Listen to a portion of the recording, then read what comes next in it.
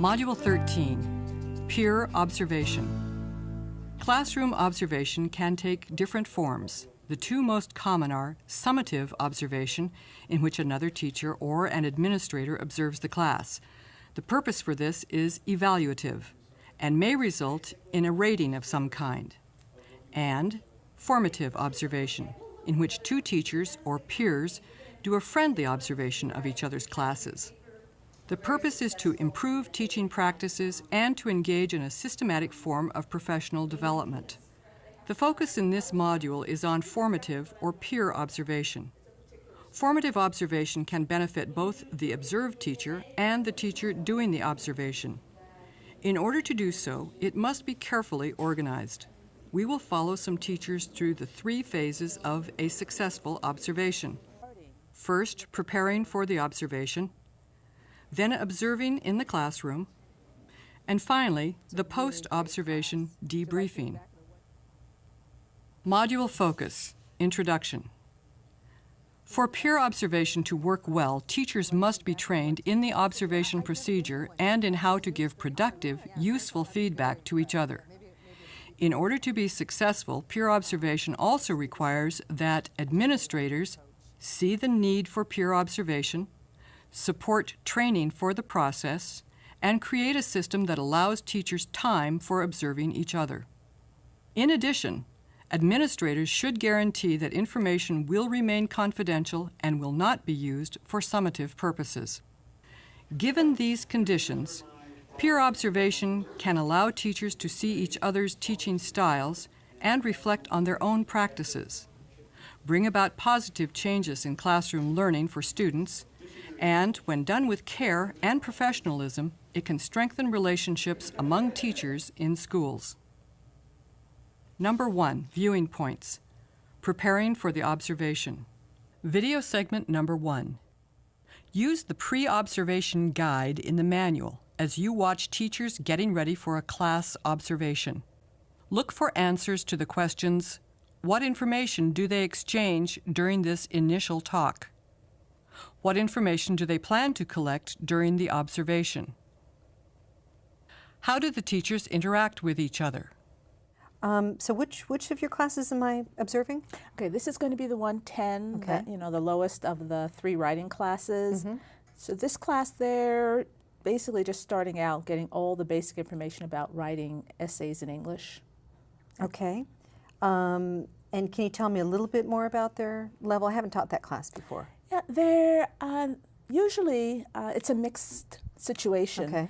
We often have students in the class who have very good speaking and listening skills, while their writing skills are really low. Okay. And sometimes we have students who've never been in a writing class, they've never been in a speaking class, they've never been in a listening class. They've done all their studying basically from grammar books, so they'll have, all their skills will be low. So we have students who have very mixed abilities. They're not all the same. Sounds pretty challenging. Okay, here's another question for you. What is the teaching point of the lesson that I'm going to see? Okay, so the day that you come in, the students are actually going to just be starting to look at essay organization. All of these students have had a lot of writing experience in their own countries. They're familiar with specific styles of writing. So that's what we tell them in the 110. You know how to write. We're just teaching you to write in a different way. You're learning a new style. So what they're going to be doing that day is we're going to look at introductions, and we'll talk about how to give general information, how to write a clear main idea right in the beginning paragraph.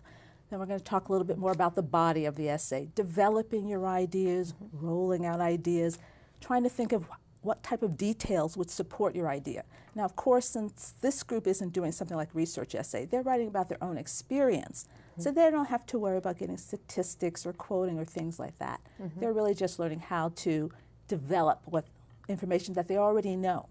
And maybe we'll get to a conclusion. I'm not sure if we'll do conclusions that day, but that's the hardest part of a lot of writing for anybody, just getting everything you want to say said before you get to the conclusion and then not knowing how to finish up. Sure. So we'll talk a little bit about conclusions if maybe that day. I'm not sure if you're going to see that. Good, good. Oh, it sounds very interesting.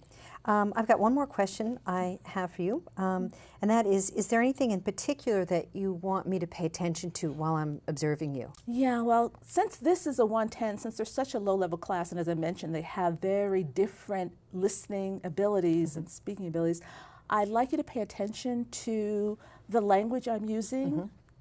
Is the language I'm using, does it seem to you that it is appropriate for a lower level class in which some students may still have a very limited vocabulary? Okay. Yeah, I'm worried that I may be talking, addressing most of my language to the students who have more listening skills. So I'd like to know if that's happening. And the other thing is the sequencing and rhythm of the whole lesson. Oh, okay. Does it feel like I'm going too fast for them or too slow? Does it seem like it's a very natural process for them to go from one activity to the other? Sometimes I'm afraid that I might be rushing through something. Okay, yeah. Sure, that sounds great. Okay, great. Okay, I look forward to it. Summary. In this preparation phase, we saw that teachers spoke in a friendly and respectful way to each other. The teacher learned something about the kind of classes that she would observe, and the teacher chose the observation focus points for her own class. Got a lot of writing experience in their own countries. They're familiar with specific styles of writing. So that's what we tell them. Number 2, viewing points. Observing in the classroom. Video segment number 2. In this phase, you will see the teacher as she carries out an observation. See the manual for examples of observation tools or guides. As you watch the video, look for answers to the questions, where does the observer sit? What teacher behaviors do you notice? What about the observer behaviors? So what's the first one? Number 2, people in different cultures all over the world have different systems for family life? Yes. Next. Okay. In most cultures, people live in extended families in which several generations share the same house. Okay. So before we go on, let me mention something about the thesis. A lot of times when we first start teaching students to write, we like to tell you the thesis goes last in the introduction, because that's the easiest thing to do. But it doesn't have to go there. But it's the easiest place to put it. Okay? All right. Now let's look at that paragraph number 3. Earthquakes. So, number 2. Yeah, so we're starting out with number 2. Earthquakes are the most destructive natural disasters known to humans in terms of the millions of deaths and billions of dollars in property loss that they cause.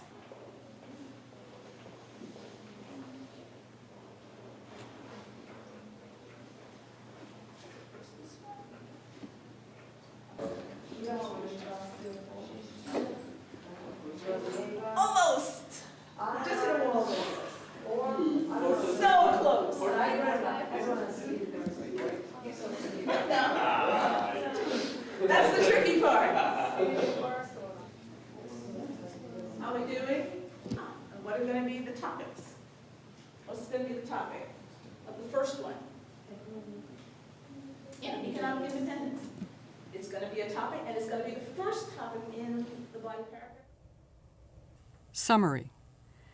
In this phase, the teacher who was being observed simply taught class as usual. The teacher who was doing the observation sat quietly at the back of the class and took notes. At no time did the observer interrupt or interfere with the teaching of the class. Number 3, viewing points. Post-observation debriefing. Video segment number 3. Look for answers to the questions, what information do the teachers exchange in the debriefing? What does the observer like about the class? What suggestions for improvements does she make? How does the debriefing session end? Belinda, that was a really great class. Did you like being back in a 110 class again? I'd never been in a 110 class, so it was a new experience for me. Really? Yeah, I was very impressed. Yeah, maybe in the future I'll try to teach one of them. Yeah, it was. I just really like your approach, and I thought it was very creative, and I thought the students were very involved, and it was wonderful. Yeah, I like that class. They're really sweet, and Yeah. they try hard. Yeah. Oh, yeah. Definitely. I can tell. I took some notes, and I just wanted to give you some feedback on some things I thought you were doing beautifully. Thank you. the first part was your giving instructions. And this is a lower level group than mine, and so it was quite different than what goes on in my class. But I was very impressed at how clear you were with your instructions, and you were. I noticed that you were not paraphrasing. You were actually repeating instructions. Yeah, I try to avoid paraphrasing with very low groups, because the problem with a very low group, if someone has very low listening skills and I'm paraphrasing, they don't necessarily know that I'm saying the same thing again in a different way. So they then think they've missed the first thing, and now they're trying to understand the second thing. So I'm actually making it harder for them to understand if I paraphrase. You know, very interesting. Thank you. I mean, I'm learning. I'm learning from you. So thank you very much. And it was great. I have one small piece of feedback. Do what you will with it. But I felt at times you were speaking a little quickly. For example, you sometimes were speaking faster with your 110 class than I would with my 112. Now, I didn't notice the students, you know, reacting negatively, but it was just a personal reaction. I think you're right. I think it's something that I know I do. As a matter of fact, at the beginning of all my classes, doesn't matter what level they are, I tell them I have a tendency to speak too fast. And it's not rude. You have to raise your hand and tell me, please slow down. And do they ever do that? Sometimes, yes. People do. They raise my hand and they say, Belinda, you are speaking fast, and I slow down. So and that's not really a bad good. place for them to practice that. So in some ways, I hope that this thing that I do, that's a problem for them, also helps them have more confidence in talking to the teacher. But I'll pay attention to it because obviously being a low level, I don't want them to feel like they never know what's going on or they're embarrassed to ask me to slow down too often. So I have to monitor myself. Well, as I mentioned, very small things. So anyways, thank you so much. I learned so much from watching your class. It was great. Great. Summary. In this final phase, the teacher consulted the notes that she took during the observation. She complimented her colleague on strengths in her teaching. She asked questions about points that she didn't understand, and she made positively worded suggestions for improvements. Things ended just as they started, on a friendly and respectful note. So anyways, thank you so much. I learned so much from watching your class. It was great. Great, yeah. Module focus. Summary. The focus in Module 13 has been on teachers and peer observations.